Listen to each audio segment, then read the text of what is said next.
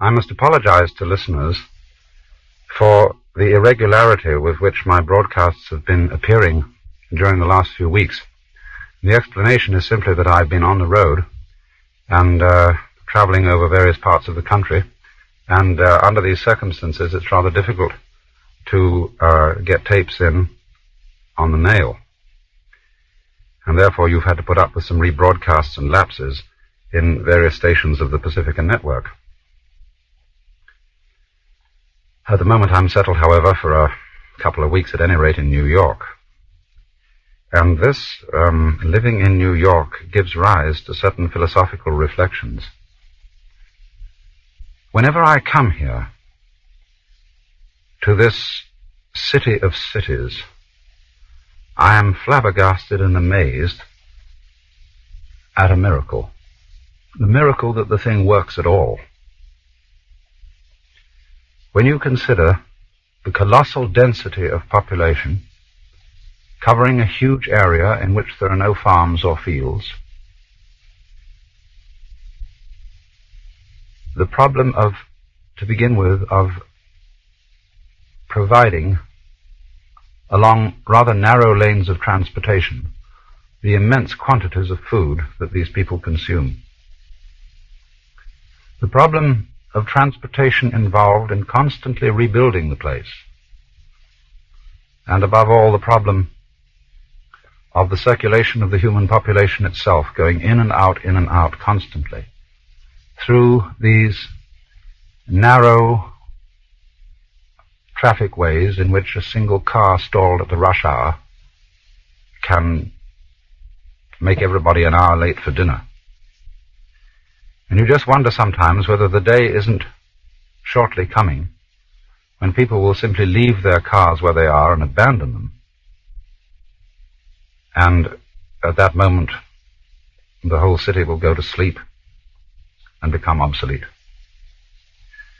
But that all seems so highly probable, and the city planners and the prophets of doom for the city like Lewis Mumford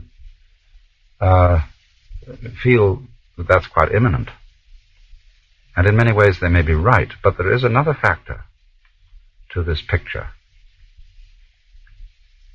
And that is that that the way in which you look at a city as a stranger, or the way in which you look at it, even if you're not a stranger, but look at it to get an overall picture of it. You watch crowds.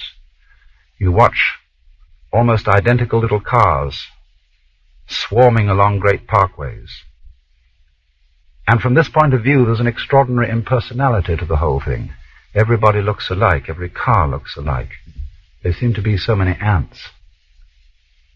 And news reports and statistical reports of the doings of human society reflect this same point of view, whereby the individual cell, the individual human being, becomes a sort of ant-like statistic. It's the same sort of thing happens when we confront peoples of other races. They might be Negroes or Chinese, even Hindus, with whose facial characteristics we're not really familiar. They all seem alike to us at first sight. We think, for example, that the Oriental has an expressionless face because he doesn't have a high bridge to his nose, because he tends to have rather smooth skin. And we don't realize that their first impression of us is that we all look identical too, that we have bright red hair and enormously long pointed noses. But to go back to the problem of the great city, the reason why it works, or rather it doesn't work, it muddles through. And the reason for this must be explained, I think, not so much perhaps at the organizational level as at the individual level.